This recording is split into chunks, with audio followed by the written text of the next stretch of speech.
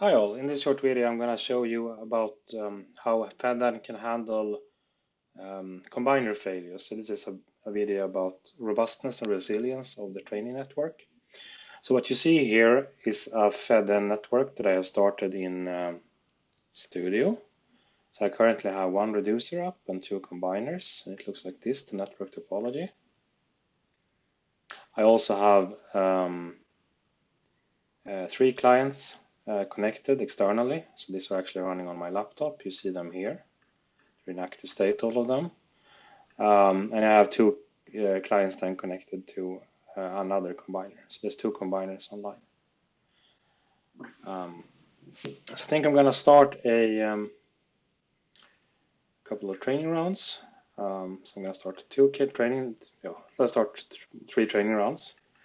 And while I do that, I'm going to actually kill one of the combiners, and we're going to see what happens to the training process in the network. So I'm kicking off three rounds. Here we go. Clients are starting to train, so they're up and running.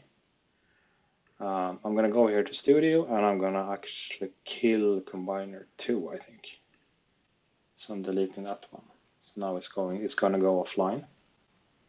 It's going to take a while for the clients to, since they are actively training now, they're not in the stage where they're like trying to check in with the combiner. But as soon as some of these clients complete their model update, they're going to notice that they're no longer connected to the combiner. So these are actually client 5 and client 3 here. So you see this combiner has gone offline, status unknown, while we have the other 3 clients connected to that combiner, and they're still online and active. So let's see what okay, so now you can see here, this client here has realized its combiner is missing.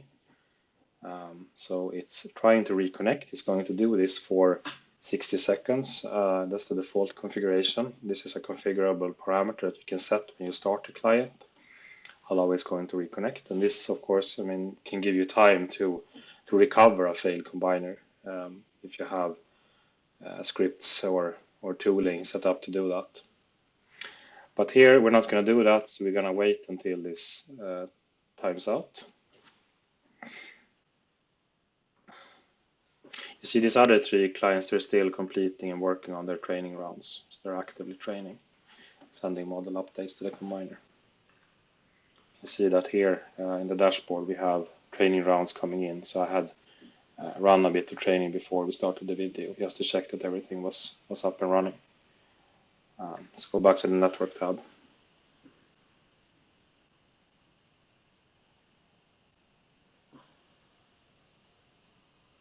So what you can see here, that this client now timed out, and you saw that it went back into the assignment loop and it connected, got assigned to the combiner that is active.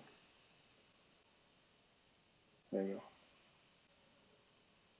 So it can take a little bit variable amount of time before these clients actually manage to detect this, depending on the training process they're in and so forth. But now you see this other client also managed to reconnect.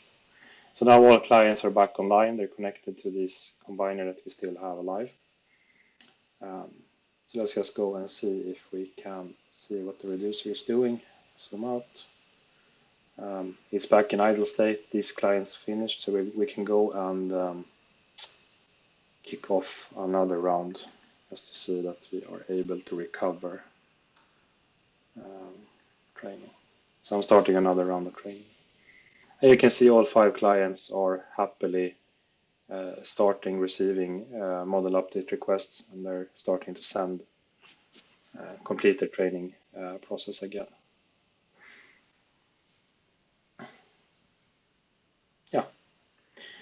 So this is how you can expect Fedn to handle failures in the combiners. You have some time to where you have a configurable amount of time where you can try to recover. And if you don't, clients are going to get reassigned again back to one online combiner. Yes.